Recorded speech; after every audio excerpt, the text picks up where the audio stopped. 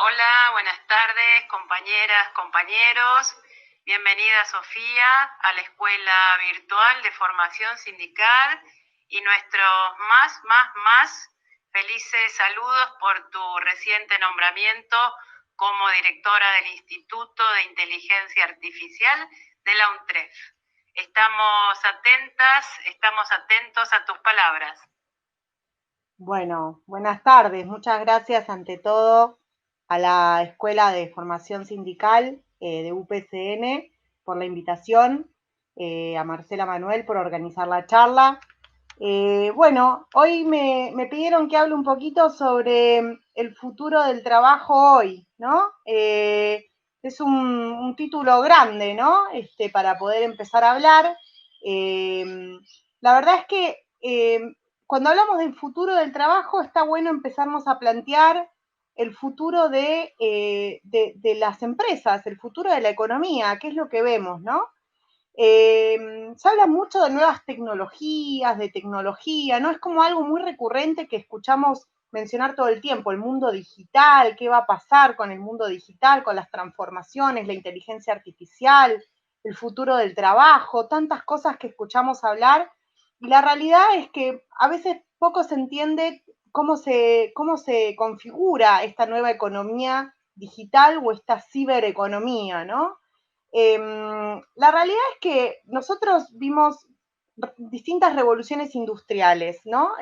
A lo largo de la historia de la humanidad. Tenemos, para empezar, la revolución industrial que tenía que ver con la máquina de vapor. Después tuvimos la revolución industrial del petróleo y el gas, ¿no? La revolución industrial energética. Después tuvimos la revolución industrial de las telecomunicaciones. Y ahora se habla de una revolución 4.0.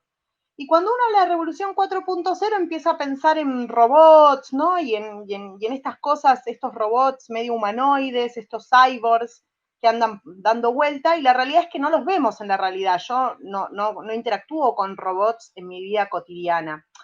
La realidad es que la próxima revolución industrial o la revolución 4.0 se entiende desde un punto de vista de los datos, de la acumulación de datos. ¿Qué significa esto?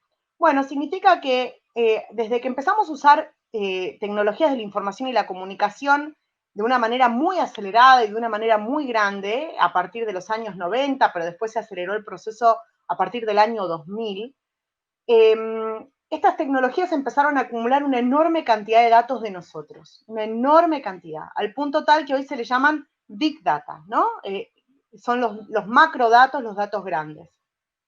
Esta Big Data acumulativa empezó a conformar una inteligencia sobre nosotros, empezaron a entender cómo nos comportamos, qué hacemos, y entonces empezaron a predecir nuestras conductas para poder darnos publicidad segmentada y podernos ofrecer productos y servicios exactamente como los queremos en el momento en que los queremos.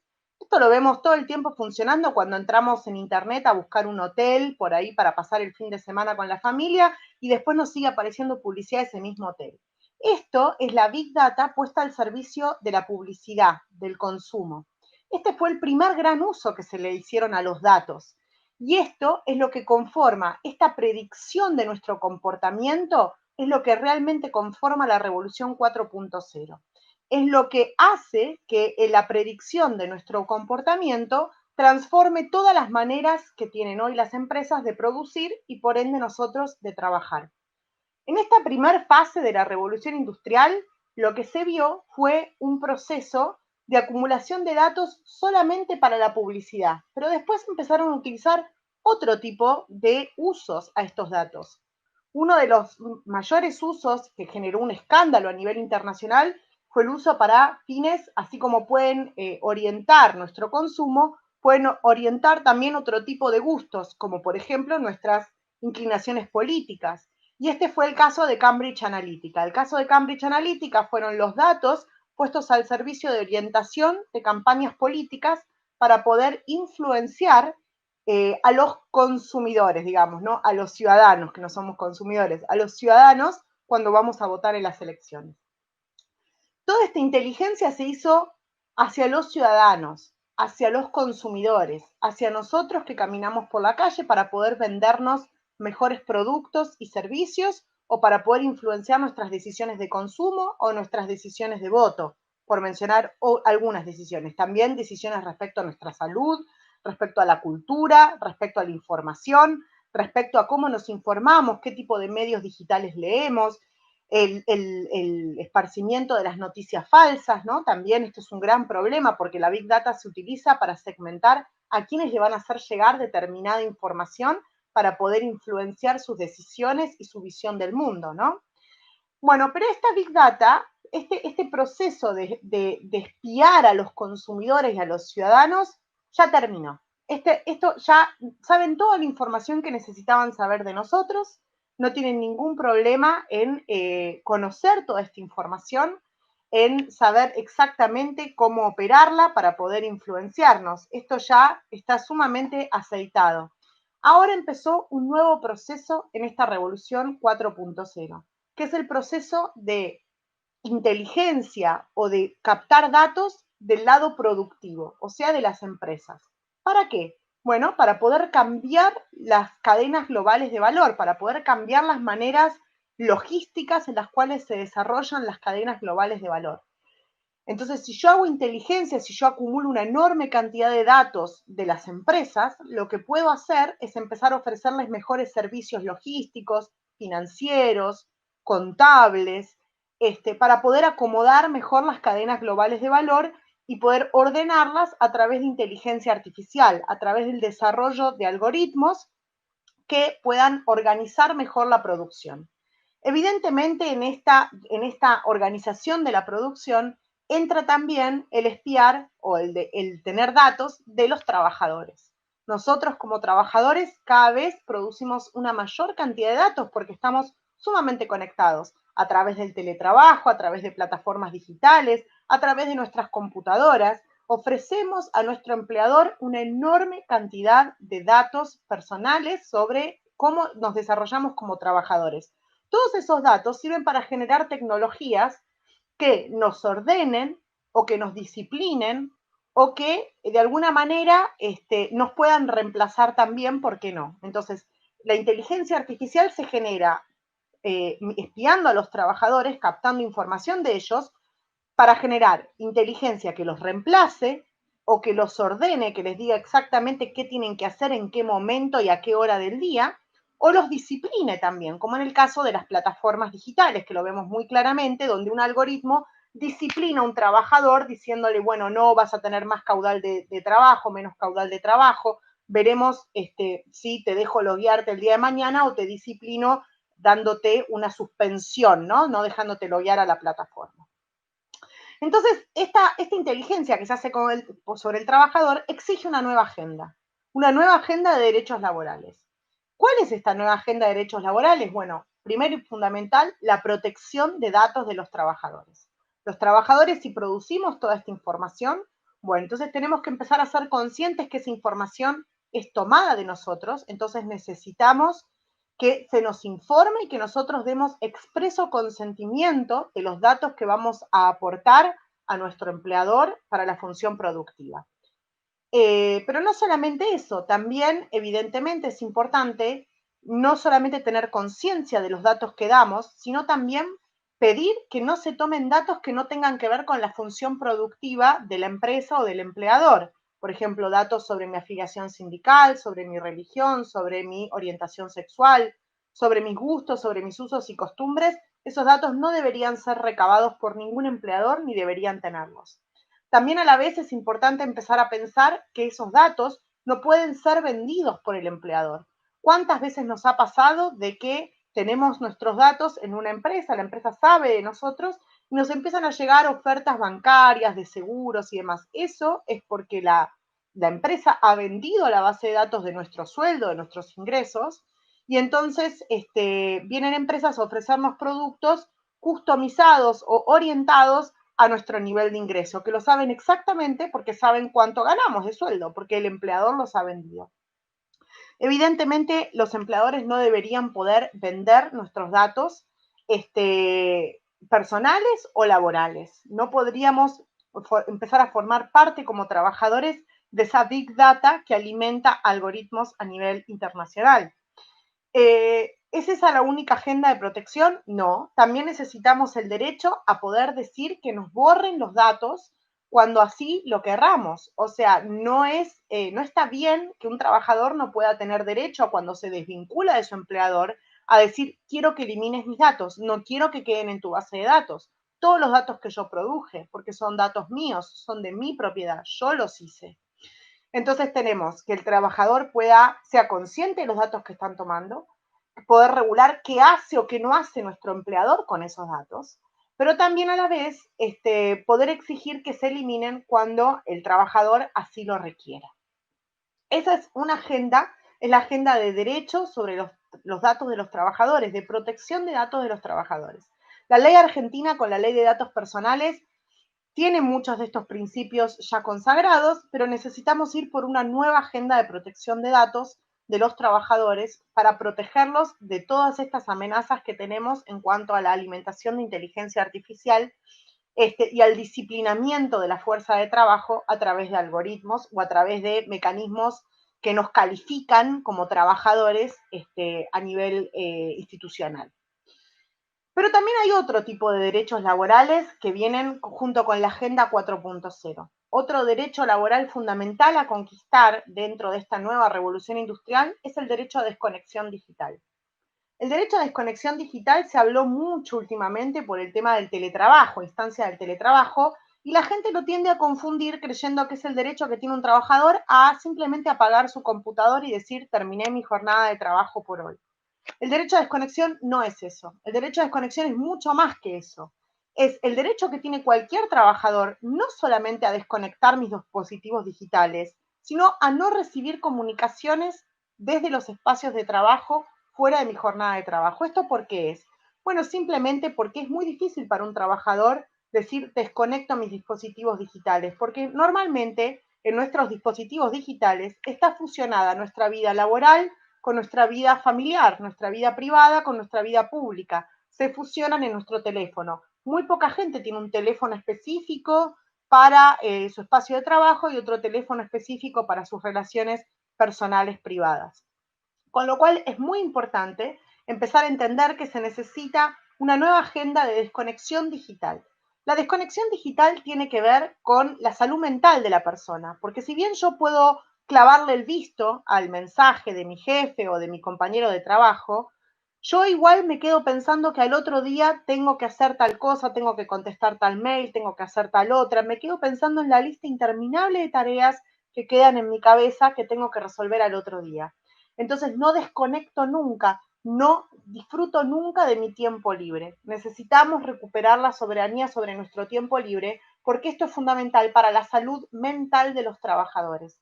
Los trabajadores necesitamos la soberanía sobre nuestro tiempo libre para poder recuperar la salud mental que está muy amenazada por un síndrome que ya está tipificado por la Organización Mundial de la Salud, que es el síndrome del burnout o síndrome del agotamiento crónico que sufren los trabajadores por estar inmersos en esta realidad de trabajo constante a través de nuestro celular. Aunque nosotros podamos decir, no, mira, este mensaje hoy no lo voy a contestar, lo contesto mañana, yo me quedo pensando que al otro día tengo que contestar todos estos mensajes y evidentemente esto no es sano para la cabeza del trabajador.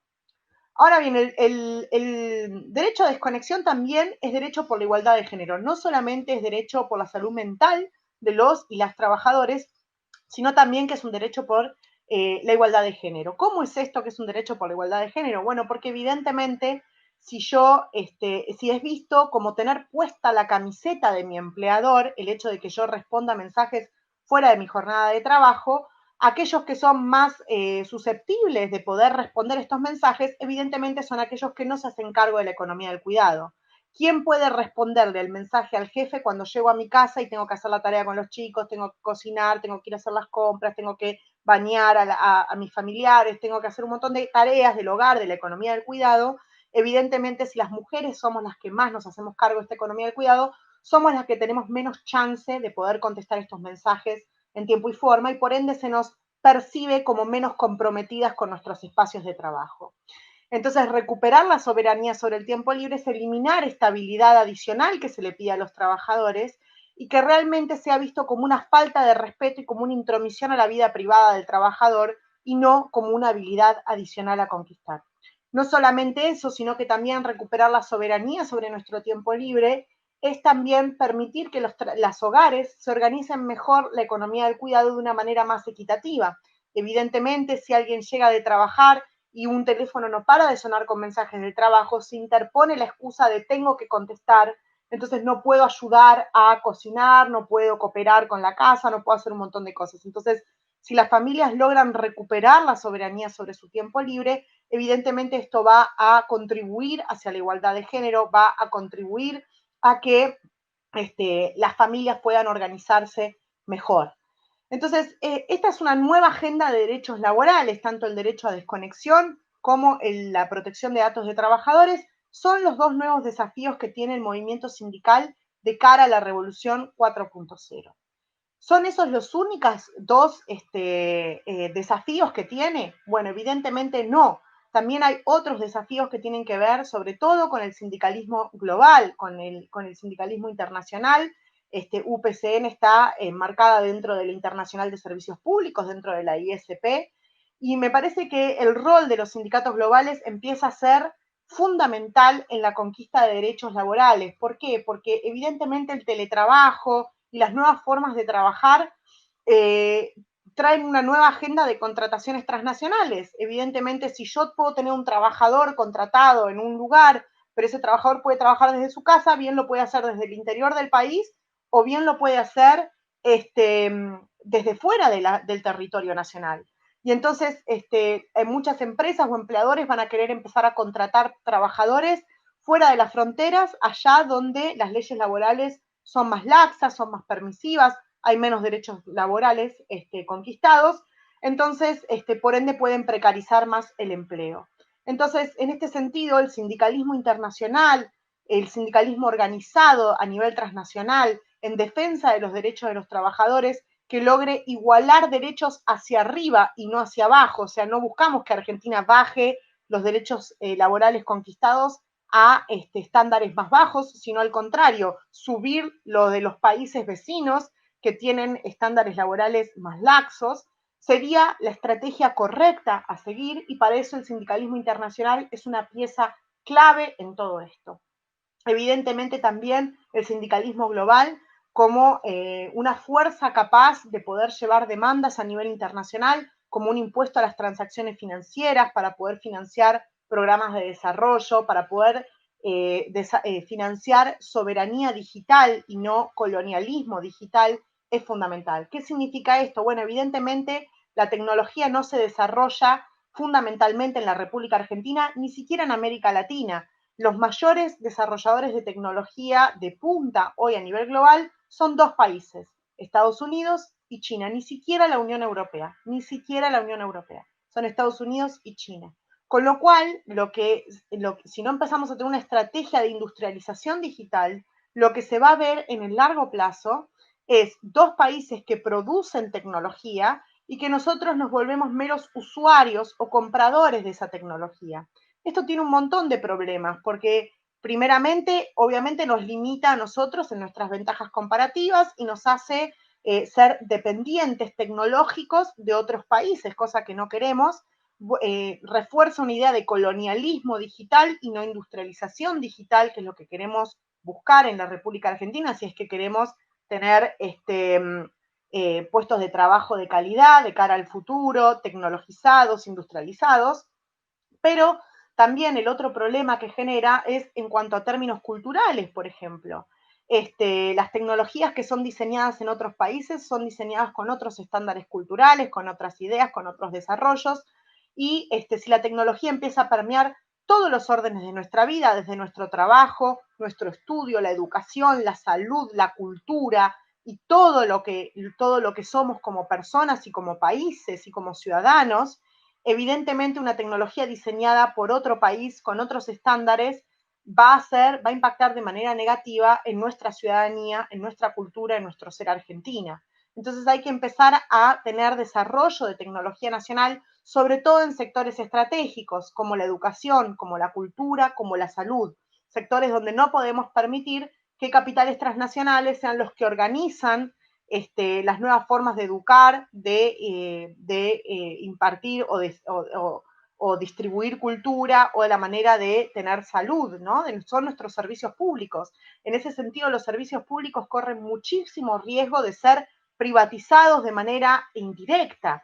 Evidentemente, si una tecnología viene y un servicio público se brinda a través de una tecnología que fue desarrollada por otro país en una empresa transnacional, evidentemente hay una privatización indirecta de los servicios públicos, y esto es muy importante tenerlo en cuenta. Esto se vio a las claras, por ejemplo, ahora, durante la pandemia, donde muchos de nuestros chicos empezaron a aprender a través de Google Classroom. Google Classroom es una plataforma que puede ser muy interesante, muy linda, pero es un software desarrollado por una empresa transnacional en un país foráneo.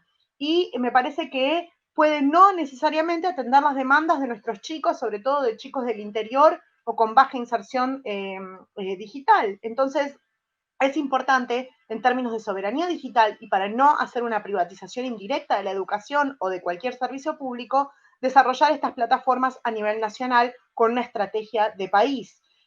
Además, esto va a recabar datos que después sirven para el desarrollo de políticas públicas, evidentemente. Ahora todos los datos sobre lo que aprendieron nuestros chicos durante todo este año los tiene Google Classroom en vez de tenerlos el Ministerio de Educación, digamos.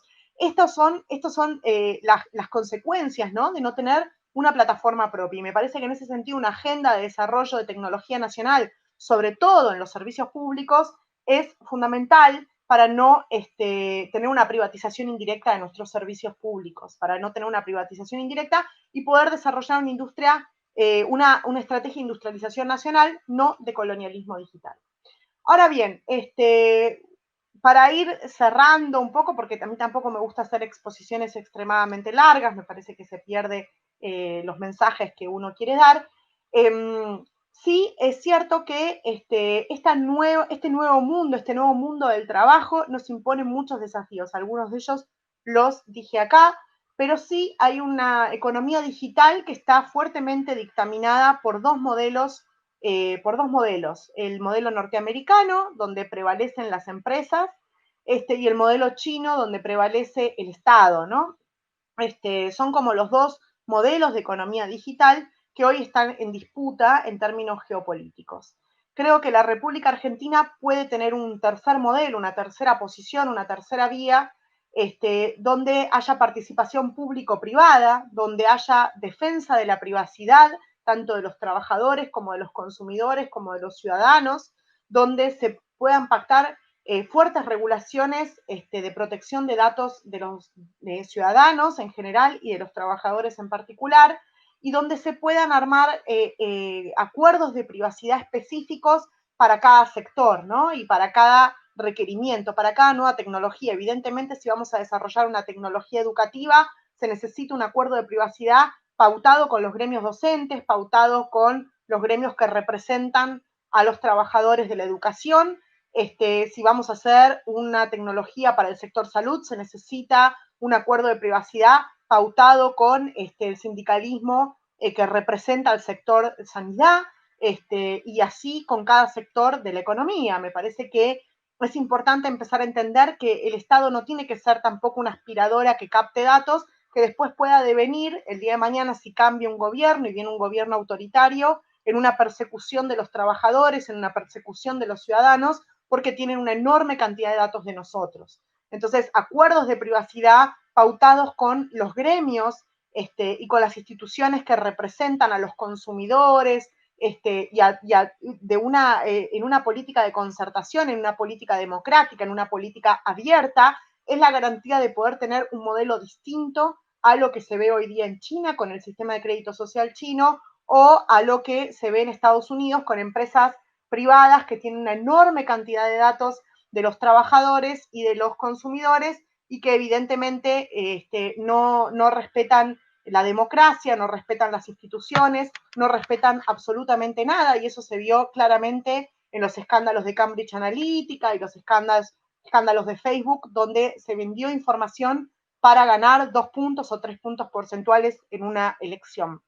Así que estos son los debates que se vienen. Me parece que está buenísimo que los gremios empiecen a ponerse a la cabeza de estos debates, exigiendo una mayor democracia participativa, exigiendo que los datos sean cuidados, sean protegidos por todos y cada uno de los sectores de la economía, que los sindicatos tenemos derecho a ser parte de un acuerdo de privacidad de qué se va a hacer con los datos de nuestros trabajadores y de nuestros representados, y que cuando se desarrollan tecnologías a nivel nacional, evidentemente las vamos a favorecer porque es importante desde un punto de vista de industrialización digital, pero no a expensas de datos privados que hacen a la vida privada, que hacen a la religión, a la cultura, a la preferencia, a la orientación sexual y demás de una persona, porque hay que respetar el ámbito de privacidad de esa persona para que el día de mañana esos datos no puedan ser utilizados en contra del ciudadano, en contra del trabajador, persiguiéndolo por cualquier motivo o cualquier causa. Así que bueno, sin más, yo acá cierro la charla. Me alegro, veo que hay comentarios positivos en el chat. Me alegro que les haya gustado, espero que les pueda servir para inspirar debates, para pensar colectivamente cómo encarar esta nueva sociedad, esta nueva revolución 4.0 que nos impone evidentemente un montón de desafíos como ciudadanos, como trabajadores activos, para poder empezar a pensar nuevos horizontes, ¿no? De qué nos espera de esta economía digital cada vez que está más, que nos rodea y que toma cada vez más y más datos de nosotros. Así que bueno, los dejo con el cierre. Gracias, compañeras, compañeros. Gracias, Sofía. Nos vemos el próximo martes por este mismo canal. Besos.